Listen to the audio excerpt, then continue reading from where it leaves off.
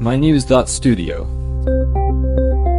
Along a stretch of Philippine coastline that was once depleted by overfishing, sea turtles and sharks now move freely. So, what actually changed after nearly 2 decades of effort? It's August 25th, 2025.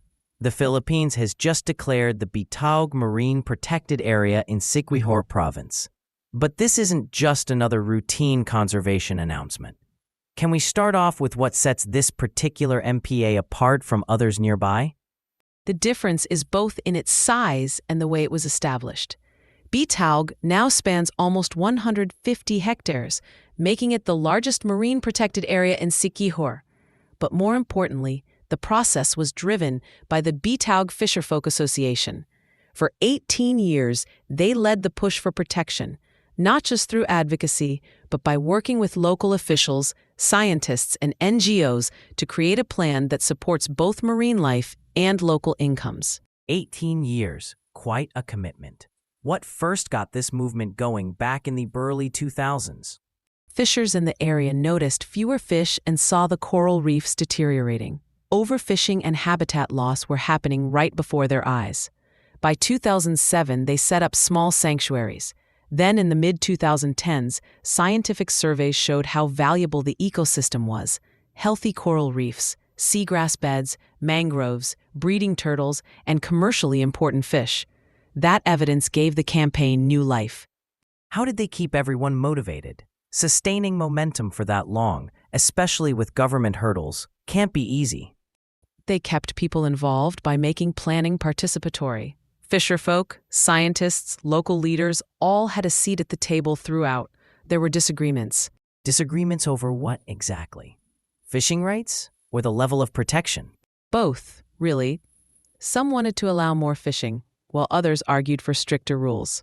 But the process was open and transparent. They also invited outside experts to do biodiversity assessments, which helped them secure funding.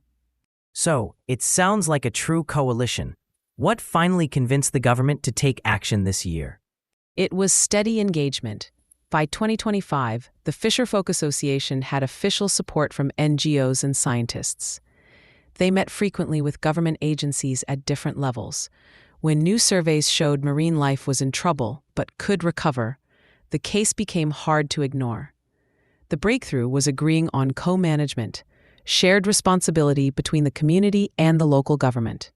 Let's dig into the management details. What exactly is protected and how do the rules work? There's a core zone where fishing is off limits, surrounded by a buffer where certain activities are allowed under strict rules. Catching sharks and rays is generally banned, except for research. Destructive fishing methods are completely prohibited. What's notable is the ecotourism aspect. Revenue from snorkeling and diving is managed transparently and reinvested in conservation and community programs. But how do they actually make sure the money is used properly?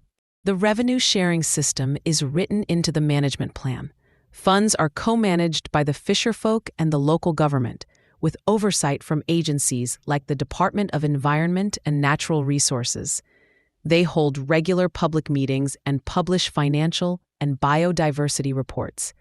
Scientists track the coral and fish populations, so income and conservation results are linked. Is there any risk this ends up a paper park, protected on paper but not enforced in reality? That risk is always there. But here enforcement relies on community patrols, involvement from local authorities, and clear penalties for violations. Plus, since the rules were created by the community, there's real commitment. Continuous outreach keeps everyone updated.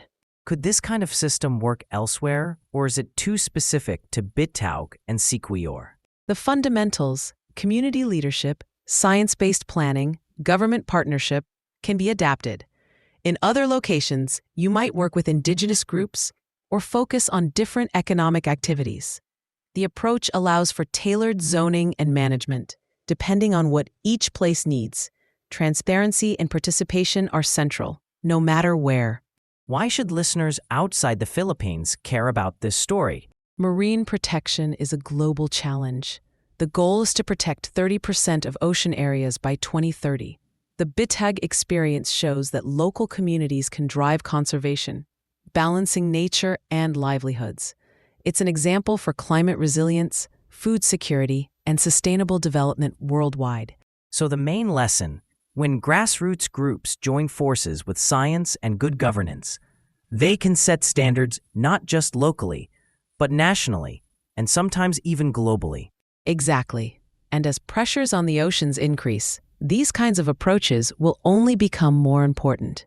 That brings us to the end of our look at the Biotog Marine Protected Area, a story of 2 decades of community action reshaping a coastline's future. From local advocacy to a working blueprint for marine protection, Biotog's story is a reminder that persistence and local voices can create lasting change. Thank you for joining us. This episode was produced by mynews.studio. You can try it now for free.